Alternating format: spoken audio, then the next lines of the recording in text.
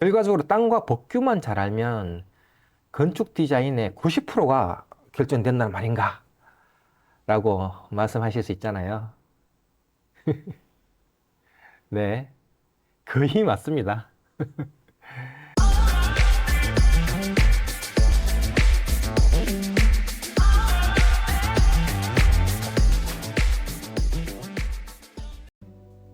안녕하세요, 여러분. 아키진 건축의 이진동입니다.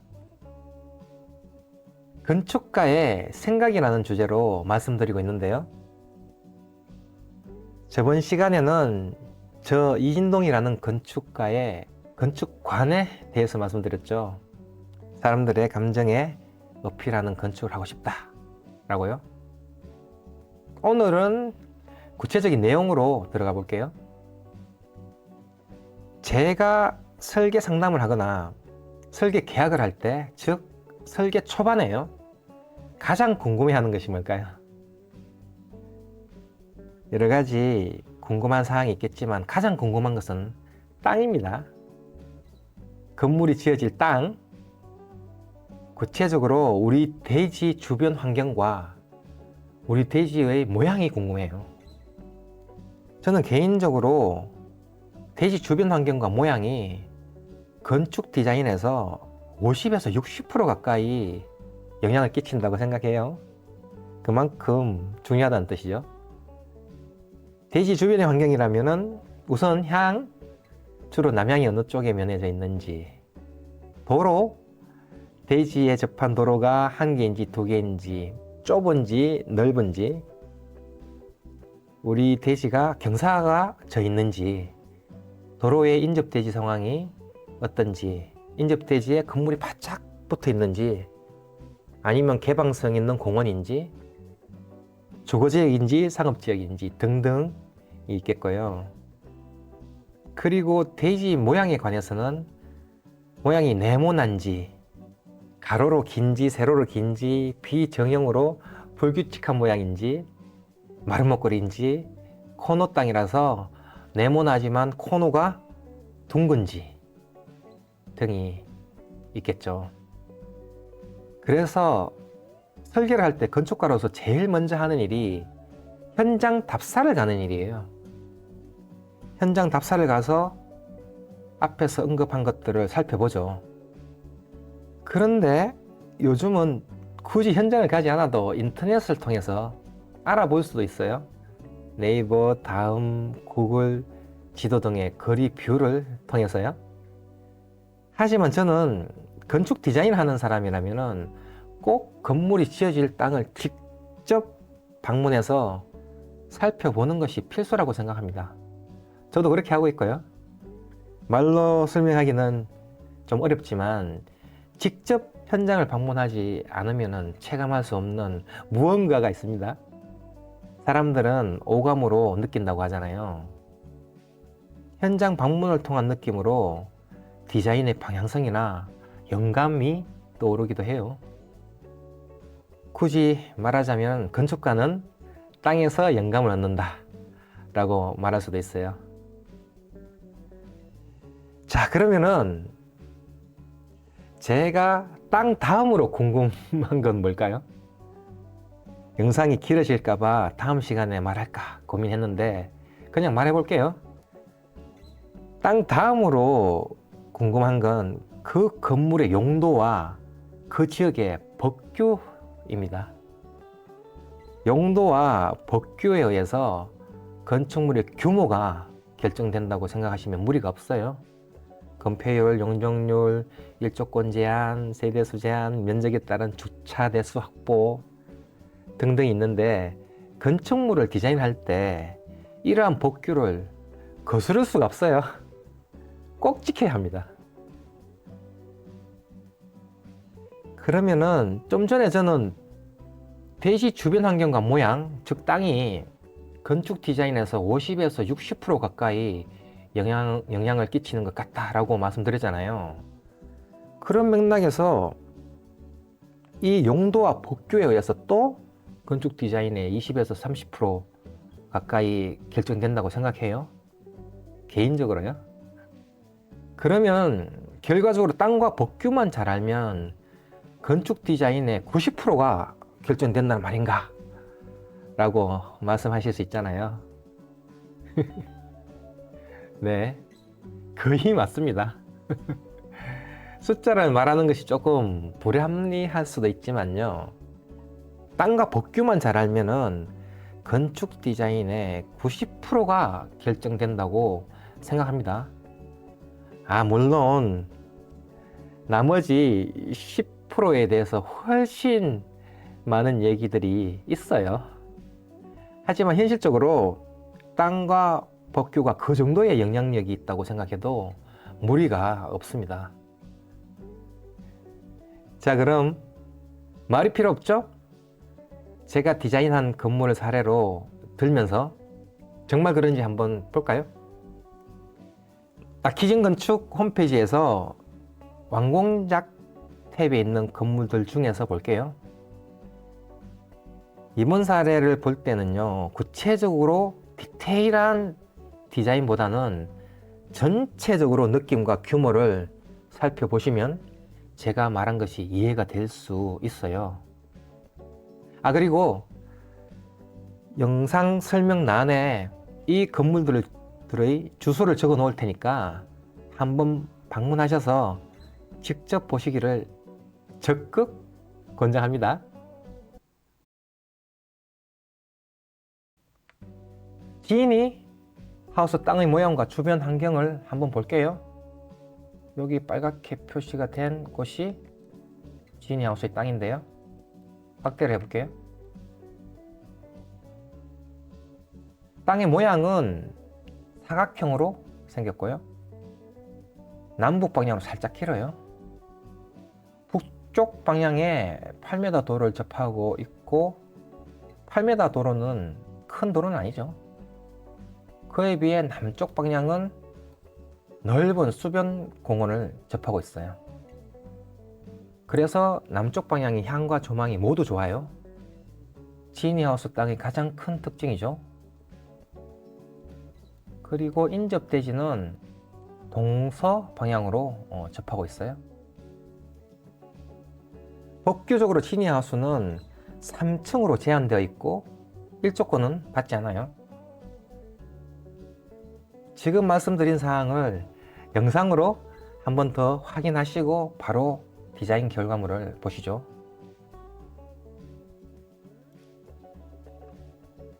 네, 지니하우스의 주변 환경입니다. 동탄2 택지개발지구 내 주거지역이고 상가주택 밀집지역이에요. 네, 아까 말씀드린 내용이에요. 남쪽으로 수변공원에 접하고 있고 동서로 인접대지가 있어요. 이미 건물이 들어서 있죠, 인접대지에는요. 네, 북쪽 도로에서도 한번 볼게요. 당연히 지금처럼 땅은 비어져 있고요. 나대지 상태로. 북쪽 도로에서 본 모습입니다. 네, 드론을 이용해서 수직 뷰를 보고 있는데요. 도면으로 설명한 내용들이 그대로 보이죠? 남쪽으로 조성적인 수변 공원이 있고 동서로 인접 대지의 건물도 보이고요. 8m 북쪽 도로 상황도 보입니다.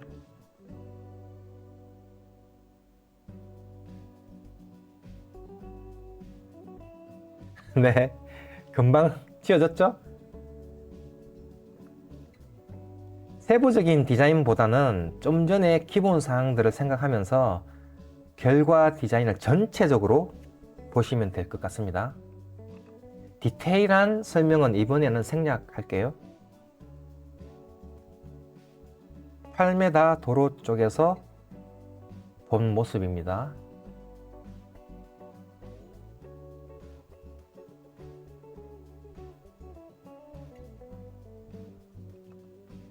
인접 대지에 들어선 건물 사이에 완공이 되었습니다.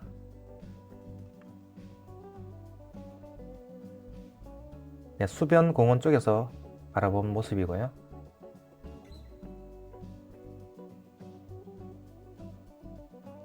지금까지 지니하우스였습니다. 휴하우스 땅의 모양과 주변 환경을 볼게요. 여기 표시된 부분이 휴하우스의 땅입니다. 땅의 모양은 정사각형으로 생겼고 북쪽 방향에 8m 도로를 접하고 있는데, 보시는 것처럼 도로의 상황이 좀 복잡해 보이죠? 정체도 예상이 되고요. 하지만 지니하우스처럼 남쪽 방향에는 넓은 수변 공원을 끼고 있어요. 전망과 향이 모두 좋죠. 그리고 인접대지는 동서방향으로 접해져 있고 법규적으로 3층으로 제한되어 있고요. 지니하우스처럼 일조권은 받지 않아요. 이런 사항을 영상으로 한 번 더 확인하시고 결과물 디자인을 보시죠.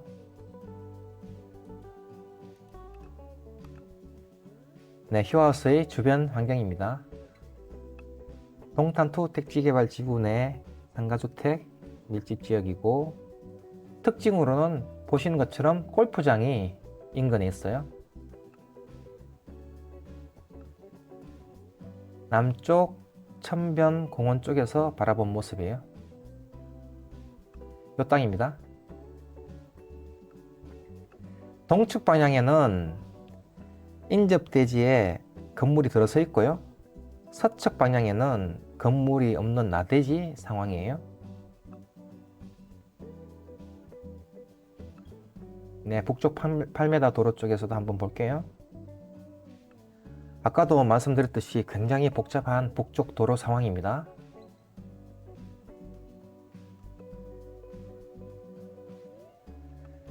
네, 금방 또 휴하우스가 지어졌네요. 좀 전에 기본 사항들을 생각하면서 결과 디자인을 전체적으로 한번 보시죠. 8m 도로 쪽에서 바라본 모습이고요. 수변공원 쪽에서 바라본 모습입니다.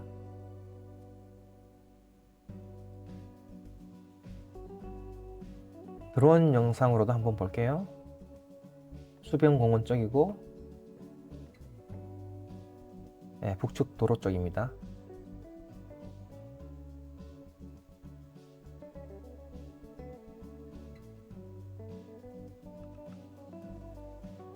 휴하우스였어요. 제이미 하우스 땅의 모양과 주변 환경을 볼게요. 제이미 하우스는 코너 땅이에요. 북쪽과 동쪽으로 10m 도로를 끼고 있어요. 코너 땅이라서 땅의 모양이 사각형이 아니라 코너에 이렇게 각이 져 있죠. 남쪽과 서쪽에 인접대지가 접해져 있고, 주변 환경은 상가주택 밀집 지역입니다. 법규적으로 3층으로 제한되어 있고, 제이미 하우스는 일조권을 조금 받아요. 여기에 이렇게 일조권을 조금 받습니다. 그래서 일조권 영향을 최소화하기 위한 배치가 필요했습니다. 대지 조건을 영상으로 한 번 더 확인하시고 디자인 결과물을 보시죠. 네, 제이미 하우스의 주변 환경입니다. 이미 집들이 많이 들어서 있죠. 자, 1층 기초를 시공하고 있지만 좀 전에 말씀드린 도로 상황과 주변 상황을 볼 수 있어요. 코너 땅이고, 북쪽과 동쪽에 10m 도로, 남쪽과 서쪽에 인접 건물이 있어요.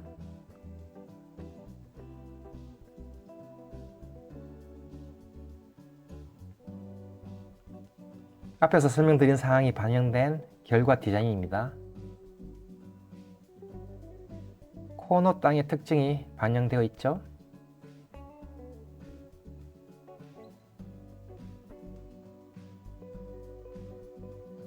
네, 북쪽 건너편에서 바라본 모습이고요. 네, 코너에서 바라본 모습입니다.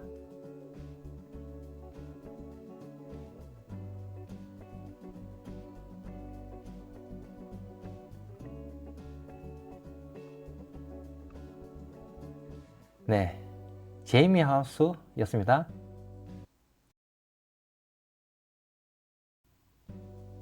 예다음 하우스 땅의 모양과 주변 환경을 볼게요.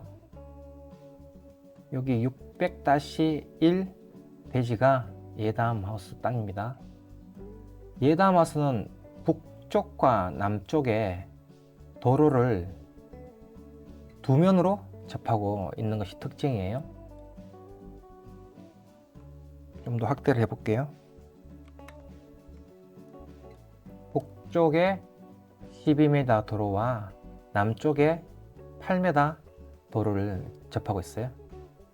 그래서 정면의 방향성에 대한 고민이 있었고요. 인접대지는 동쪽과 서쪽에 면해져 있습니다. 주거지역이고 예다음 하우스는 법규적으로 일조권은 받지 않고 규모는 4층까지 지을 수 있습니다.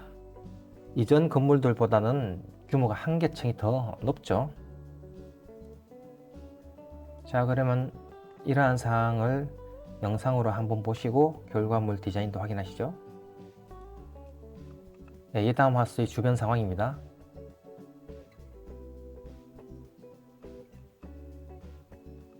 집이 막 들어서고 있죠. 위치는 의왕입니다.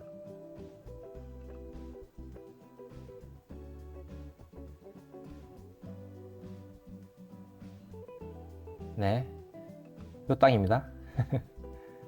북쪽에 12m 도로고 남쪽에 8m 도로, 또 동측에 이미 건물이 세워져 있고요. 인접대지에 서측은 건물이 없는 나대지 상태입니다.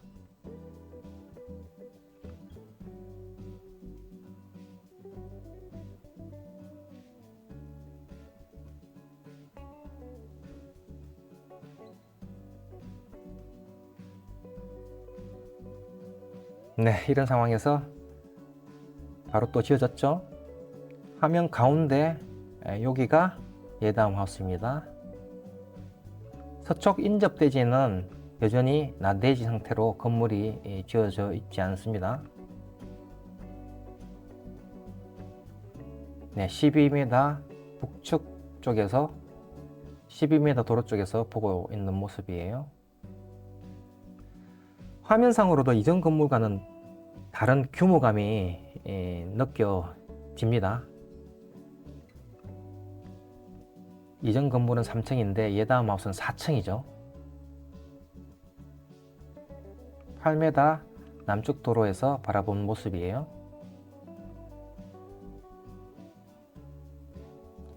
완공된 사진입니다.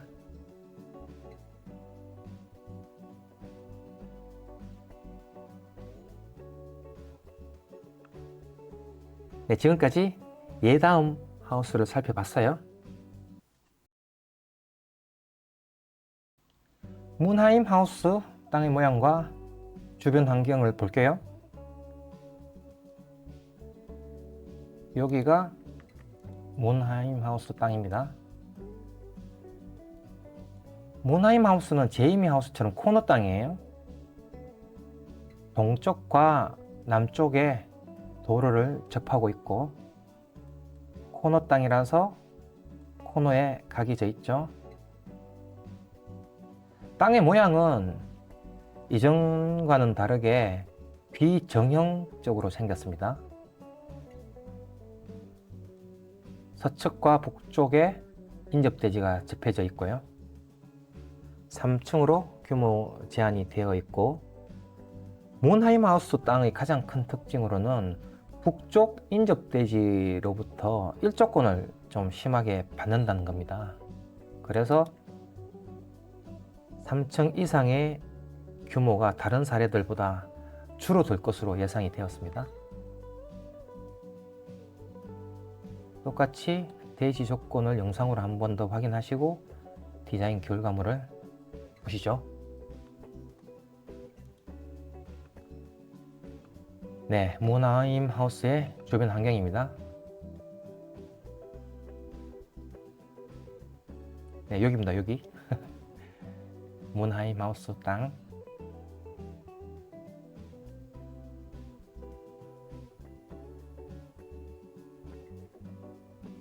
네, 남쪽과 동쪽에 도로를 끼고 있고 코너 땅이죠.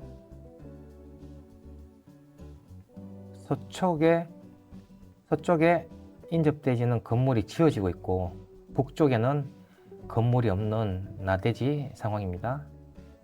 이쪽 북쪽 땅에서 일조권을 심하게 받죠.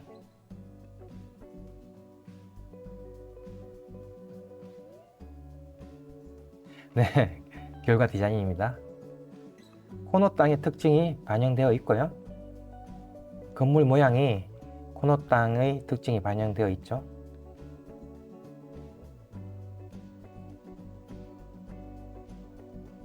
남쪽에서 봤을 때는 일반적인 3층 규모로 보이지만 북쪽에는 지금과 같이 일조권에 의한 규모 제한이 되어 있어요.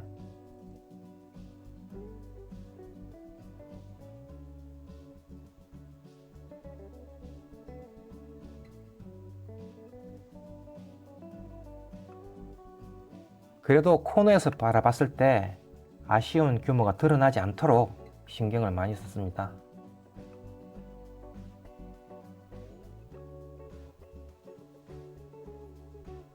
지금까지 문하임 하우스였어요. 자, 어떤가요?